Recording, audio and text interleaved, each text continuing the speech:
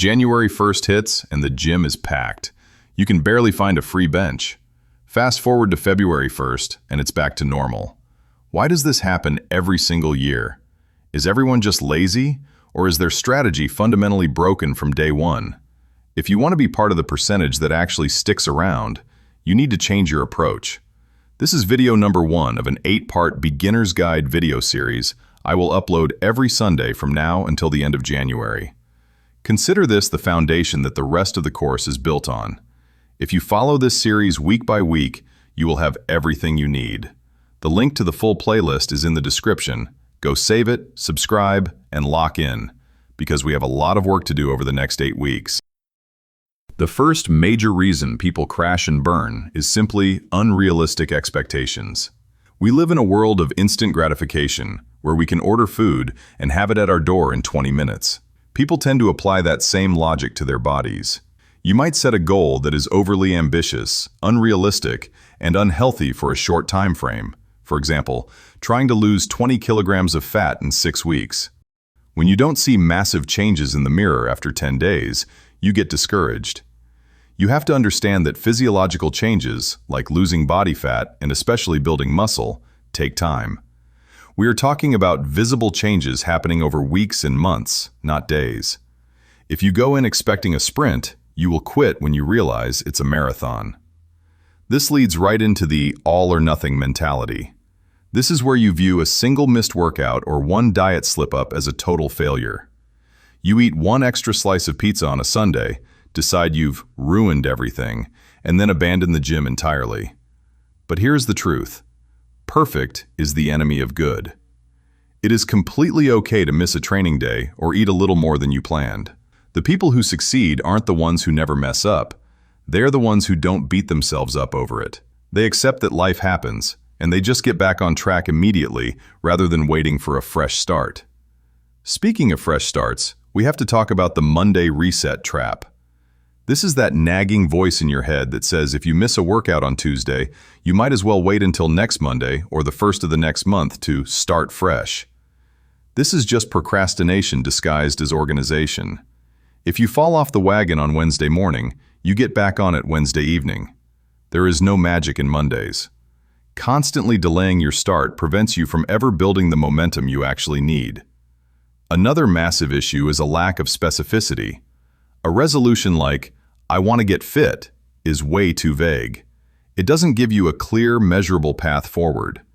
Get fit could mean running a marathon, or it could mean bench pressing 220 pounds, 100 kilograms. Without a defined goal, you are just going to the gym and doing random things, which usually leads to random results. You need a program. You need to know exactly what you are doing when you walk through those doors, rather than just doing random exercises you feel like doing that day. People make the mistake of copying others' goals. You might see an influencer on Instagram or a friend who trains 6 days a week doing a high-volume bodybuilder split, and you decide to copy their plan exactly. But you aren't considering your own lifestyle or starting point. If that influencer has been training for 10 years, especially if he is on gear, and you are a natural who is just starting, copying their workout is a recipe for disaster. You have to run your own race, not someone else's. Underestimating the time commitment is perhaps the most practical reason people quit. You need to pick a training and diet plan that is realistic for your actual life. If you work a 9-to-5 job and have a family waiting for you at home, aiming for a 6-day-a-week, 2-hour per session program is setting yourself up to fail. It's not sustainable. A student with a free schedule might be able to pull that off, but you might need a solid 2-day full-body split. The best program is the one you can actually stick to for the long haul, not the one that looks the most optimal on paper. When you finally do get to the gym, a common mistake is setting performance goals too high. I see this all the time with people coming back after a long break. They try to lift their old 1-rep max on the very first day. The result? You get injured, or you get so incredibly sore that you can't move for 3 days. This makes you feel terrible. You skip the next few sessions to recover, and suddenly you've quit again. When you haven't trained in months or years, you have to leave your ego at the door. Start light, focus on technique, and then slowly ease your body into lifting heavy again. You might feel intimidated by the atmosphere, or worry that the experienced lifters are laughing at how little weight you're using. Let me break it to you. Most people in the gym will not even register that you exist. Everyone is self-conscious, worrying about their own workout and how they look. And even if some look your way, most will respect you for dragging yourself to the gym. After all, they started from the same position as you did. As for those who look at you funny, you can always ignore them. It doesn't matter if you are skinny, or if you are 265 pounds, 120 kilograms, with high body fat. You are in the gym for the same reason as the biggest guy there, to improve yourself. There is absolutely no shame in that. Sometimes the obstacle is internal, manifesting as perfectionism, leading to procrastination. You might be waiting for the perfect time or the perfect mood to start. You have to accept that you won't always feel like being in the gym. Some of your best sessions will be the ones you practically had to force yourself to do. You will feel massive motivation and pride after you finish, precisely because you pushed through the resistance. Even if your workout isn't optimal, a bad workout is infinitely better than a skipped session. Let's shift gears to nutrition, because this is where fad diets and extreme restriction ruin progress. People tend to adopt unsustainable diets that make them miserable, leading to binge eating later on. You cannot starve your way to fitness. In fact, if you cut your calories too low and don't pay attention to your macronutrients, you run into a major problem. This is something I covered extensively in my previous video titled, How to Force Your Body to Burn Fat, Not Muscle. I've linked that video in the description as well. I highly recommend you watch that right after this one if you are planning on losing weight.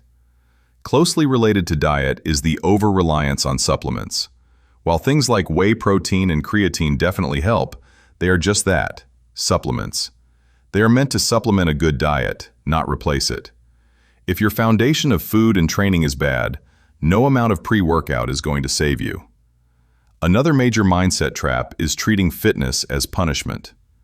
If you view exercise solely as a chore to be endured, or just as a way to burn the extra food you ate, you will eventually hate it.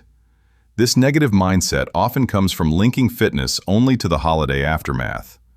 If you are only exercising to burn off the holiday surplus of food, you are operating out of guilt. This mindset automatically leads to falling off the rails a few weeks later once that guilt fades. You have to reframe it. Going to the gym is a form of self-care and a lifelong value, not a seasonal punishment.